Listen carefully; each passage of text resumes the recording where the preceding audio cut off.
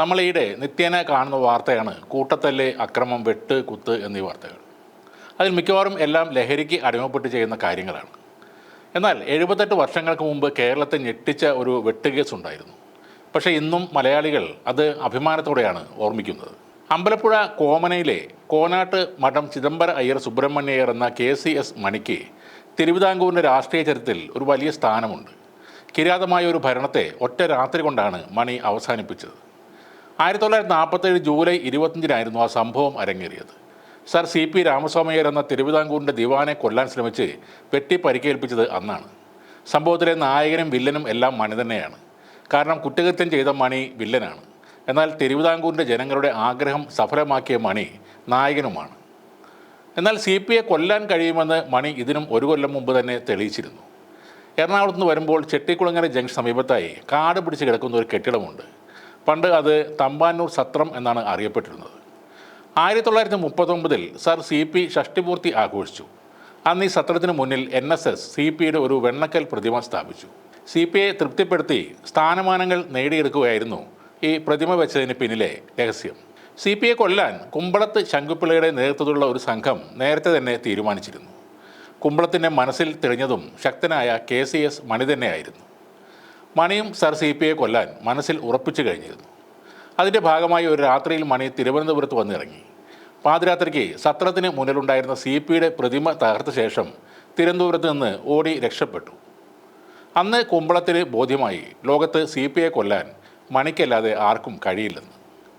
അങ്ങനെ ജൂലൈ മാസം 20 അടുപ്പിച്ച് മൂർച്ചയുള്ളൊരു വെട്ടുകത്തിയുമായി മണി തിരുവനന്തപുരത്തെത്തി. രവീന്ദ്ര മേനോൻ എന്ന പേരിൽ ഒരു ഹോട്ടലിൽ മുറിയെടുത്തു. വെട്ടാനായി പോകുന്നതിന് മുമ്പ് ഒരു കാര്യം കൂടി മണി ചെയ്തു. ഒരുപക്ഷെ താൻ വെടിയേറ്റ് മരിച്ചാൽ തന്നെ തിരിച്ചറിയുന്നതിനായി സ്വന്തം പേരും താൻ പ്രതിനിധീകരിക്കുന്ന ട്രാവൻകൂർ സോഷ്യലിസ്റ്റ് പാർട്ടിയുടെ പേരും ഒരു ചെറിയ പേപ്പറിൽ എഴുതി അദ്ദേഹം പോക്കറ്റിലിട്ടു. സർ CPയെ കൊന്ന ശേഷം താനും കൊല്ലപ്പെടുമെന്നും അല്ലെങ്കിൽ പിടിക്കപ്പെടുമെന്നും അദ്ദേഹത്തിന് ഉറപ്പായിരുന്നു. ഇതെല്ലാം ആലോചിച്ചുകൊണ്ട് തന്നെയാണ് സംഗീത കോളേജിലേക്ക് അന്ന് മണി പോയത്.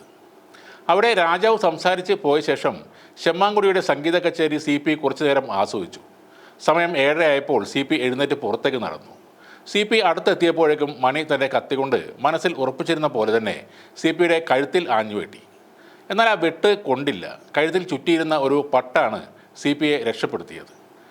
മടിച്ചു നിൽക്കാതെ മണി വീണ്ടും വെട്ടി. ആ വെട്ട് ഇടത് കവിളിൽ തറച്ചു. രക്തം ചീറ്റിയൊഴുകി. വീണ്ടും 2 തവണ മണി വെട്ടിയെങ്കിലും ആ വെട്ടുകൾ പാഴായി. CPയുടെ തലപ്പാവാണ് തെറിച്ചു വീണത്.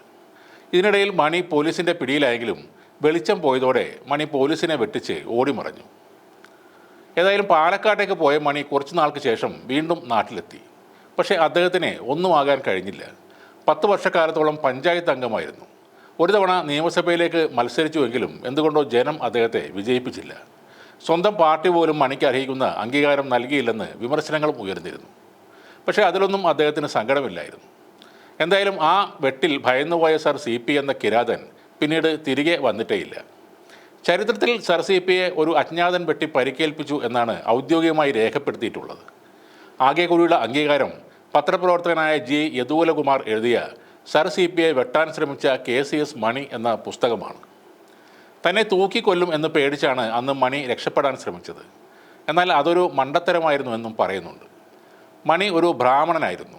തിരുവിതാംകൂറിൽ ഒരു ബ്രാഹ്മണനെ തൂക്കിക്കൊല്ലുന്നതിന് അന്ന് നിയമമില്ലായിരുന്നു. ചുരുക്കി പറഞ്ഞാൽ അന്ന് മണി പിടികൊടുത്തിരുന്നെങ്കിലും അദ്ദേഹത്തിന് ഒന്നും സംഭവിക്കില്ലായിരുന്നു. അദ്ദേഹം ഒരു ധീര ദേശാഭിമാനിയായി ചരിത്രത്തിൽ ഇടം പിടിക്കുകയും ചെയ്യുമായിരുന്നു. മണിയുടെ ഒരു പ്രതിമ കുറച്ച് വർഷങ്ങൾക്ക് മുൻപ് RSPക്കാർ അമ്പലപ്പുഴയിൽ സ്ഥാപിച്ചിട്ടുണ്ട്. ദിവാൻ്റെ കിരാതഭരണം അവസാനിപ്പിക്കാൻ കാരണമായ സംഗീത കോളേജിന് മുന്നിലും ഒരു സ്മാരകമുണ്ട്.